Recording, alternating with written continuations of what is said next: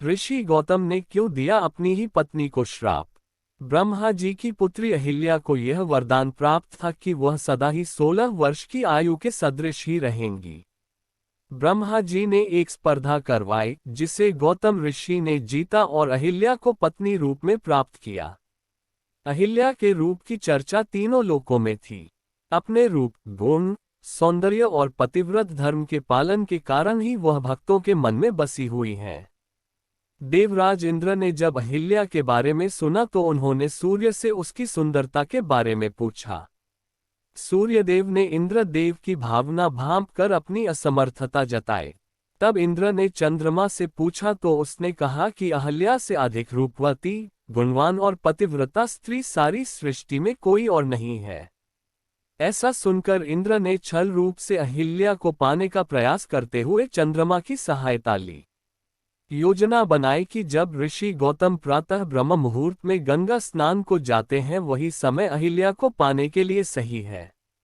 इंद्र ने चंद्रमा को अपने काम में साथ देने के लिए उन्हें ऋषि के आश्रम के ऊपर ही टिके रहने के लिए कहा ताकि जब वह किसी को आश्रम की ओर आता देखे तो वह आश्रम के ऊपर से हट जाए, क्योंकि चंद्रमा के हटने पर किसी को शक भी नहीं होगा तथा इंद्र को ऋषि के आने की सूचना भी चंद्रमा के इस संकेत से मिल जाएगी।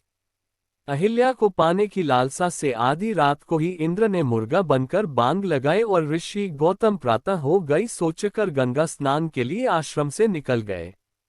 तब इंद्र ने झट से ऋषि गौतम का वेश बनाया और आश्रम में जाने लगे तो अहिल्या ने अपने तपोबल के प्रभाव से इंद्र को पहचान लिया और कहा कि यदि मेरे पति हो तो आश्रम में आ जाओ।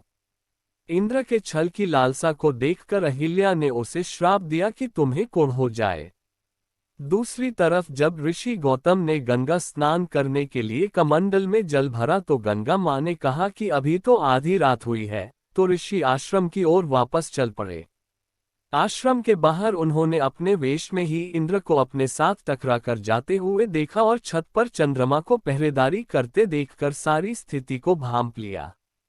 ऋषि पत्नी अहिल्या उनके जल्दी आश्रम में लौट आने की चिंता में जैसे ही बाहर आई तो ऋषि गौतम ने अहिल्या को शिला होने और चंद्रमा को इंद्र का साथ देने के लिए उसमें दाग होने और ग्रहण लगने का तत्काल श्राप दे दिया, जिसके प्रभाव से अहिल्या आश्रम के बाहर एक पत्थर की शिला बन गई।